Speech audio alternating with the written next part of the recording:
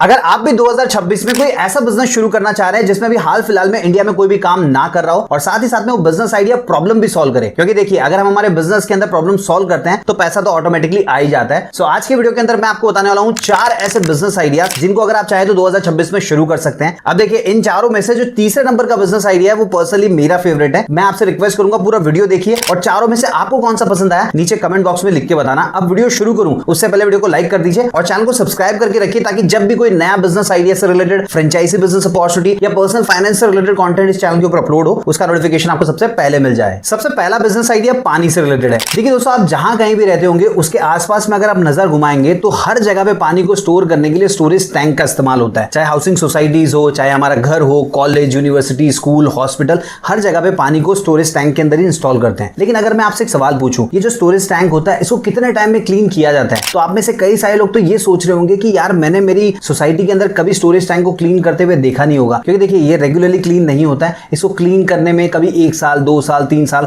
उससे ज्यादा का टाइम भी लगता है। और देखिए जहां कहीं भी पानी को स्टोर किया जाता है वहां पे क्लीनिंग करना बहुत ज्यादा जरूरी होता है, अदरवाइज बहुत सारे हेल्थ इफेक्ट हमको देखने को मिलते हैं। देखिए वाटर टैंक को अगर प्रॉपर्ली क्लीन ना किया जाए तो उसके अंदर बैक्टीरिया की ग्रोथ होने लगती है, काई लगने लग जाती है और भी बहुत सारे इश्यूज हो सकते हैं, जैसे कि स्टमक इन्फेक्शन होता है, स्किन प्रॉब्लम्स हमको होने लगती है। आजकल आपने देखा होगा हर दूसरे या तीसरे इंसान को स्किन प्रॉब्लम होती है। इसका वन ऑफ द रीजन ये भी कि जहां से पानी को सप्लाई किया जा रहा है वहां पे प्रॉपर्ली क्लीनिंग नहीं होती है। अब जरा सोच के देखिए, अगर आप एक ऐसा डिवाइस बना देते हैं जिसको वाटर स्टोरेज टैंक के अंदर लगा दिया जाए तो ये प्रिडिक्ट किया जा सकता है कि कब क्लीनिंग करने की जरूरत है और कब क्लीनिंग करने की जरूरत नहीं है। जैसे मान लीजिए अगर पानी के अंदर बैक्टीरिया की ग्रोथ हो रही है तो वो भी पता चल जाए, अगर काई लग गई, इन शॉर्ट जो भी कंसर्न पर्सन है उसको नोटिफिकेशन चला जाए कि वाटर स्टोरेज टैंक को क्लीन करने की जरूरत है। अब जरा सोच के देखिए, ऐसा डिवाइस अगर आपने बना दिया तो आपके कस्टमर हर जगह पे होंगे, हाउसिंग सोसाइटीज में भी होंगे, घरों में भी होंगे, कॉलेजेस, स्कूल्स, यूनिवर्सिटी, जहां कहीं भी लोग रहते हैं और पानी का यूज करते हैं वहां पे आपके कस्टमर्स होने वाले। अब हो सकता है आप में से कुछ लोग सोच रहे होंगे बोलना बहुत आसान है लेकिन ऐसा डिवाइस बनाएंगे कैसे? देखिए मार्केट के अंदर ऑलरेडी IoT सेंसर्स आते हैं जिनके साथ AI को क्लब करके इस प्रकार का डिवाइस बनाया जा सकता है। मान लीजिए आपको टेक्नोलॉजी में ज्यादा नॉलेज नहीं है तो उस केस में आप किसी ऐसे इंसान की हेल्प ले सकते हैं जो टेक्नोलॉजी में अच्छी खासी नॉलेज रखता है, उसके साथ मिलकर आप इस कॉन्सेप्ट के ऊपर काम कर सकते हैं अगर करना चाहें तो। लेकिन दोस्तों उससे पहले आपको प्रूफ ऑफ कॉन्सेप्ट को तैयार करना होगा, मतलब पहले ट्रायल करना होगा कि आपका जो डिवाइस है प्रॉपर्ली काम कर रहा है कि नहीं कर रहा है। सो आप अपने आसपास की कुछ हाउसिंग सोसाइटीज के अंदर ऐसे डिवाइस इंस्टॉल कर सकते हैं, फिर उनसे जो भी डेटा मिलता है उसको मॉनिटर कर सकते हैं और प्रॉपर्ली अलर्ट जा रहा है कि नहीं जा रहा है ये चीजें आपको चेक करनी होगी और उसके बाद में इसको कमर्शियली लॉन्च किया जा सकता है। अब अगर हम बात करें रेवेन्यू कैसे जनरेट होगा तो देखिए 2 तरीके से हो सकता है। सबसे पहला, जो भी डिवाइसेस आपने बनाए उनको इंस्टॉल करने के लिए आप वन टाइम इंस्टॉलेशन फीस लेंगे जो 5,000 हो सकती है, 10,000 हो सकती है, जो भी अमाउंट आपको सही लगे। उसके बाद में हर साल एक एनुअल सब्सक्रिप्शन फीस आपको उनसे चार्ज करनी होगी। अब जरा सोच के देखिए आपके आसपास में कितनी सारी जगह है, हर जगह पे अगर आपका डिवाइस लग जाता है तो कितनी ज्यादा सब्सक्रिप्शन फीस हो सकती है। सेकंड, आप चाहें तो क्लीनिंग सर्विसेज भी प्रोवाइड कर सकते हैं। देखिए जिनके भी स्टोरेज टैंक को क्लीन करना होगा ये सर्विसेज आप खुद दे सकते हैं या फिर किसी थर्ड पार्टी वेंडर के साथ टाइप कर सकते हैं, उनको आप पर लीड के हिसाब से चार्ज कर सकते हैं या फिर आप कस्टमर से डायरेक्टली क्लीनिंग का काम ले सकते हैं। लेकिन काम करने की जो जिम्मेदारी होगी वो थर्ड पार्टी वेंडर की होगी, कस्टमर से पैसा आपको मिलेगा और आप फिर अपना कमीशन उसमें से रखकर थर्ड पार्टी वेंडर को प्रोवाइड करेंगे। देखिए दोस्तों, अगर आपको इस पर्टिकुलर टॉपिक के ऊपर डिटेल में डेडिकेटेड वीडियो चाहिए तो कमेंट बॉक्स में लिख के बताइएगा। अगर ज्यादा कमेंट आएंगे तो मैं डेफिनेटली इस पर्टिकुलर टॉपिक के ऊपर और एक डिटेल में वीडियो बनाऊंगा जिसके अंदर सारी चीजों के बारे में डिस्कस करेंगे। दूसरा बिजनेस आइडिया पर्सनल फाइनेंस से रिलेटेड है। देखिए दोस्तों, हमारे मम्मी पापा की जो जनरेशन थी उनकी सैलरी कम हुआ करती थी, लेकिन उस समय वो घर भी चला लेते थे और साथ ही साथ में सेविंग भी कर लेते थे। लेकिन आज के टाइम में सिचुएशन ऐसी है जिनकी सैलरी अच्छी भी होती है, भले महीने की 1 लाख, 2 लाख, 3 लाख या उससे ज्यादा भी है, महीने के एंड में उनके पास पैसे बचते ही नहीं है। क्योंकि सिचुएशन ये है कि आज के टाइम में जो वर्किंग क्लास के लोग हैं उनमें से 60% से ज्यादा लोग ऐसे हैं जो EMI के बोझ के तले दबे हुए हैं। एक हाथ से सैलरी आती है, दूसरे हाथ से चली जाती है। उनको भी समझ में नहीं आता इस चक्कर से बाहर कैसे निकले। फिर फ्रस्ट्रेशन में आके करते क्या, सोशल मीडिया पे जाते हैं, कोई वीडियो देखते हैं, SIP बुक कर लेते हैं, किसी दोस्त ने कहा ये शेयर खरीद ले तो वो शेयर खरीद लेते हैं, कोई क्रिप्टो करेंसी खरीद के बैठ जाते हैं। फिर होता क्या है, जितना रिटर्न उनको मिलना चाहिए उससे कम ही मिलता है और बहुत बार केसेस में ऐसा भी होता है जो पैसे लगाए वो भी उनके डूब जाते हैं। अब जरा सोच के देखिए कितने सारे लोग हैं जो इस प्रॉब्लम को फेस कर रहे हैं। सो इनके लिए एक AI powered personal finance coach बनाया जा सकता है जो हर एक इंसान को उसकी कंडीशन के हिसाब से सजेस्ट करे कि उसे कहां पे इन्वेस्ट करना चाहिए। और मान लीजिए कोई इंसान डेट ट्रैप में फंसा हुआ है, मतलब बहुत ज्यादा कर्जा है, तो उससे वो बाहर कैसे निकल सकता है उसके लिए भी स्ट्रैटेजी उसको प्रोवाइड की जा सकती है। अब हो सकता है आप में से कई सारे लोग सोच रहे होंगे हमको पता कैसे चलेगा उस पर्टिकुलर इंसान का कितना कर्जा है या कितनी उसकी इनकम है, कहां वो खर्चा कर रहा है। देखिए सारा डेटा अवेलेबल होता है उसके SMS में और उसका जो मेल होता है उसके अंदर, क्योंकि मेल के अंदर स्टेटमेंट्स आते हैं, स्टेटमेंट्स को रीड किया जा सकता है। अब मान लीजिए ऐसी एप्लीकेशन को जब भी कोई यूजर इंस्टॉल करेगा तो सबसे पहले उससे कंसेंट लिया जाएगा कि उसका जो कॉल है, SMS है, मेल है, इन सबको एक्सेस किया जाएगा और उसका जो डेटा है उसको कलेक्ट करके, उसको एनालाइज करके उसको रिपोर्ट प्रोवाइड की जाएगी। अब मान लीजिए किसी यूजर ने एप्लीकेशन को इंस्टॉल कर लिया, तो सबसे पहले वो एप्लीकेशन क्या करेगी, 1 या 2 महीने का डेटा कलेक्ट करेगी, उसके जितने भी SMS है, जो भी मेल है, उन सबको रीड करके उसे बताएगी कि जो भी डेटा हमने कलेक्ट किया उसके हिसाब से आपकी फाइनेंशियल कंडीशन इस प्रकार की है और आपको ऐसा कुछ करना चाहिए। इसके अलावा भी अगर बाहर आपने किसी से कर्जा लिया हुआ है या कहीं पे इन्वेस्टमेंट किया हुआ है तो आप मुझे सजेस्ट कर सकते हैं। अब मान लीजिए यूजर ने कोई डेटा प्रोवाइड किया, तो उस डेटा को इंटीग्रेट करके फिर एक नई रिपोर्ट बनाई जाएगी और सामने पेश की जाएगी। अब मान लीजिए कोई इंसान ऐसा है कि जिसको बहुत सारा कर्जा है, मतलब क्रेडिट कार्ड का पैसा देने में बाकी है, 3-4 लोन चल रहे हैं, उस केस में उसका इन्वेस्टमेंट करके कोई फायदा ही नहीं है, क्योंकि जो भी पैसे वो इन्वेस्टमेंट करेगा उसमें उसको जितना रिटर्न मिल सकता है उससे ज्यादा तो उसको कर्जा देना पड़ रहा है।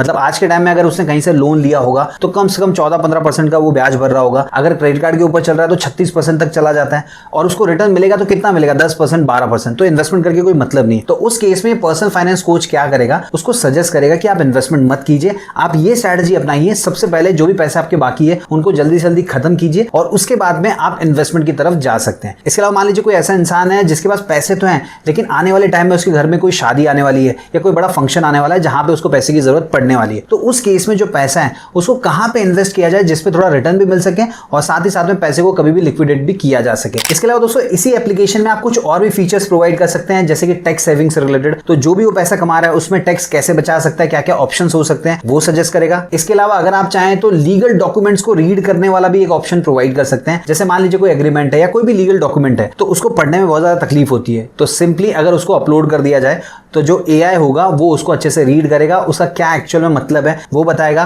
और आप कौन सी पार्टी है, तो आपके हिसाब से एग्रीमेंट सही है नहीं है, ये लीगल डॉक्यूमेंट सही है नहीं है, ये सारी चीजें प्रोवाइड करेगा। अब अगर हम बात करें रेवेन्यू कैसे जनरेट होगा, तो देखिए जो भी यूजर्स आपकी ऐप को यूज करेंगे वो तो आपको पैसे देंगे नहीं, क्योंकि अगर आप पैसे चार्ज करेंगे तो बहुत ही कम लोग उसको यूज करेंगे। तो उस केस में आपको रेवेन्यू जनरेट करने के लिए दूसरे तरीकों की तरफ जाना पड़ेगा। सबसे पहला, आपकी ऐप अगर फ्री है तो आप एडवर्टाइजमेंट दिखा सकते हैं। जो भी फाइनेंशियल कंपनीज होती है उनका CPC जो होता है वो काफी अच्छा होता है। इसके अलावा जो फाइनेंशियल प्रोडक्ट्स होते हैं उनको भी आप अपने प्लेटफॉर्म के ऊपर प्रमोट कर सकते हैं। जितना भी कन्वर्जन आएगा उसके हिसाब से आपको कंपनी की तरफ से पैसे मिलेंगे। इसी प्रकार के कुछ और भी रेवेन्यू स्ट्रीम्स को ट्राई किया जा सकता है। अगर आपको इसके ऊपर डिटेल में वीडियो चाहिए कमेंट बॉक्स में लिख के बता सकते हैं। तीसरा बिजनेस आइडिया सेल्स से रिलेटेड है। देखिए दोस्तों, आप जहां कहीं भी रहते हैं उसके आसपास में कई सारे ऐसे छोटे छोटे बिजनेसेस होंगे जिनमें सेल्स की टीम होती है, जिसमें 5, 7, 10, 12, 15 इतने लोग रहते हैं। सो जो सेल्स की टीम होती है इनको लीड्स प्रोवाइड किए जाते हैं। उसके बाद में वो लीड्स के ऊपर कॉलिंग का काम करते हैं, उनको अपने प्रोडक्ट और सर्विस बेचने की कोशिश करते हैं, मतलब जो भी लीड्स हैं उनको कस्टमर में कन्वर्ट करते हैं। अब देखिए ये जो 8-10 लोग होते हैं इनमें से मुश्किल से 2 या 3 ही लोग ऐसे होते हैं जो अच्छा परफॉर्म करते हैं, बाकी के जो होते हैं वो अच्छा परफॉर्म नहीं कर पाते। अब इनके साथ होता क्या है, जो अच्छा परफॉर्म करते हैं उनको इंसेंटिव भी मिलता है, उनको अप्रिसिएशन भी मिलता है, उनको अप्रेजल भी मिलता है, लेकिन जो अच्छा परफॉर्म नहीं करते उनको सबसे पहले तो वार्निंग मिलती है। अगर उनका परफॉर्मेंस सुधरता नहीं है तो कंपनी से बाहर कर दिया जाता है, फिर नए लोगों को हायर किया जाता है, फिर उनको ट्रेनिंग प्रोवाइड की जाती है, फिर उनमें से कोई एक आध आदमी अच्छा निकलता है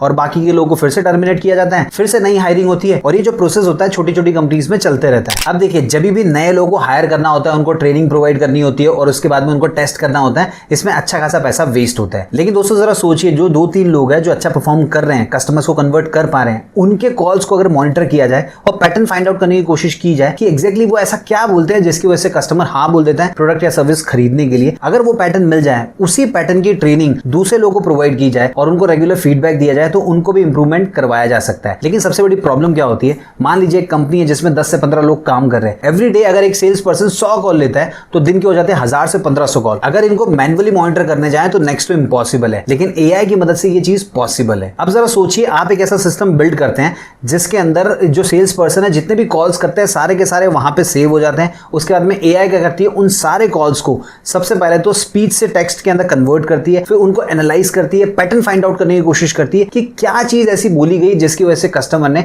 एग्री कर लिया और क्या चीज बोली गई जिसकी वजह से कस्टमर ने डिनाई कर दिया। और जब एक विनिंग पैटर्न मिल जाता है तो उस पैटर्न को हर एक सेल्स पर्सन को दिया जा सकता है, उसको ट्रेनिंग प्रोवाइड की जा सकती है, फीडबैक दिया जा सकता है कि आपको भी इसी प्रकार करना होगा, तो इससे सेल्स को बहुत ज्यादा बढ़ाया जा सकता है। इसके अलावा इंडिविजुअली जो लोग काम कर रहे हैं उनको भी फीडबैक दिया जा सकता है, जो अच्छा परफॉर्म कर रहे हैं उनको बता सकते हैं कि आप ये सारी चीजों में अच्छा कर रहे हैं, इनको कंटिन्यू कीजिए, लेकिन इन सारी चीजों में इंप्रूवमेंट किया जा सकता है। और जो लोग अच्छा परफॉर्म नहीं कर रहे हैं उनको रेगुलरली फीडबैक देके ट्रेनिंग प्रोवाइड करके इंप्रूव करवाया जा सकता है। अब देखिए जो बड़े बड़े कॉल सेंटर्स होते हैं, बड़ी बड़ी कंपनीज होती है, उनके पास तो ऐसे सारे सिस्टम्स होते हैं कि वो सारी चीजों को मॉनिटर करते हैं, फीडबैक वगैरह प्रोवाइड करते हैं। लेकिन जो छोटे लेवल पे बिजनेस कर रहे हैं उनके पास इतने पैसे नहीं होते कि वो बड़े बड़े सिस्टम्स को बाय कर सके। तो ऐसे लोगों को टारगेट करने के लिए आप एक ऐसा सॉफ्टवेयर या सिस्टम बना सकते हैं जिसकी मदद से सारी चीजों को मॉनिटर करके उनके सेल्स को इंक्रीज करने में मदद की जा सकती है। अब अगर बात करें आपको रेवेन्यू कैसे कैसे जनरेट होगा, तो देखिए इसके अंदर प्योरली सब्सक्रिप्शन बेस पे रेवेन्यू जनरेट होने वाला है। आज के टाइम में टेली सॉफ्टवेयर ऑलमोस्ट हर बिजनेसमैन के पास होता है, मतलब अगर टेली नहीं तो अकाउंटिंग का काम प्रॉपर्ली नहीं हो सकता। सो उसी प्रकार ऐसा होना चाहिए कि अगर आपका सॉफ्टवेयर या आपका सिस्टम ना हो तो सेल्स को नहीं बढ़ाया जा सकता है। अगर आपको इसके ऊपर डिटेल में वीडियो चाहिए कमेंट बॉक्स में लिख के बता सकते हैं। चौथा बिजनेस आइडिया किसानों से रिलेटेड है। देखिए हमारे देश के अंदर डॉक्टर का बेटा डॉक्टर बनना चाहता है, बिजनेसमैन का बेटा बिजनेसमैन बनना चाहता है, एक्टर का बेटा एक्टर बनना चाहता है, लेकिन किसान का बेटा किसान नहीं बनना चाहता। इवन किसान खुद नहीं चाहता कि उसका बेटा किसान बने। देखिए किसान बहुत ज्यादा मेहनत करते हैं और उस चीज को उगाते हैं जिसकी सबसे ज्यादा जरूरत है, क्योंकि आप खुद सोच के देखिए अगर हमको अनाज ही नहीं मिलेगा तो हम खाएंगे क्या। लेकिन किसानों के साथ प्रॉब्लम क्या होती है, जब उनके फसल आने की बारी आती है तो उनके पास इतनी सारी क्वांटिटी में माल आ जाता है कि अगर उनको सेल नहीं करेंगे तो बड़े बड़े खराब हो जाएगा, और उनको बेचना भी है, क्योंकि बहुत सारे किसानों के साथ होता है कि वो कर्ज लेकर फसल लगाते हैं, अगर बेचेंगे नहीं तो कर्जा वापस कैसे चुकाएंगे।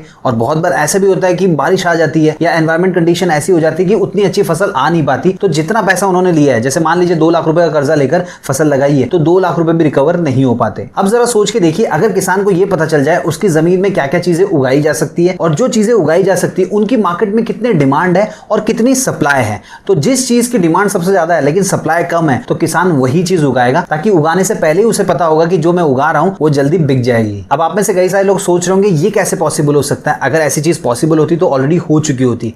देखिए ऐसा नहीं है कि अगर नहीं हुआ तो मतलब पॉसिबल नहीं हो सकता। एआई की मदद से बहुत सारी चीजें पॉसिबल है। देखिए मंडी का जो हिस्टोरिकल डेटा होता है, वेदर पैटर्न किस प्रकार काम करता है, लास्ट 5 साल में, 10 साल में, 15 साल में वेदर कंडीशन कैसी रही है और उसके हिसाब से क्या फसल की डिमांड सबसे ज्यादा हो सकती है, क्या प्राइस हो सकती है, ये सारी चीजों को प्रिडिक्ट किया जा सकता है और किसान को बताया जा सकता है कि आप जिस लोकेशन में रहते हैं वहां की कंडीशन के हिसाब से अगर आप ये चीज उगाएंगे तो आने वाले टाइम में इस चीज की बहुत ज्यादा डिमांड होने वाली है, तो पॉसिबिलिटी है कि आप जैसे ही उगाएंगे वो चीज बहुत ही आसानी से बिक जाए। तो दोस्तों अगर चाहें तो इस कॉन्सेप्ट के ऊपर भी काम किया जा सकता है। आई होप इन 4 में से कोई ना कोई बिजनेस आइडिया आपको जरूर पसंद आया होगा। जो भी पसंद आया नीचे कमेंट बॉक्स में लिख के जरूर बताना। इसके अलावा इस वीडियो को उन सभी दोस्तों के साथ शेयर कीजिए जो 2026 के अंदर अपना खुद का बिजनेस शुरू करने के बारे में सोच रहे हैं। देखिए हो सकता है इन 4 में से आपको कोई बिजनेस ना करना हो, लेकिन ये वीडियो अगर किसी ऐसे इंसान के पास पहुंच गया जो सच में बिजनेस करना चाह रहा है तो इन 4 में से अगर कोई भी उसके काम का होगा तो उस पर काम कर सकता है। इसके अलावा बिजनेस से रिलेटेड वीडियोस देखने के लिए और फाइनेंस से रिलेटेड वीडियोस देखने के लिए चाहे तो इस चैनल को सब्सक्राइब भी कर सकते हैं।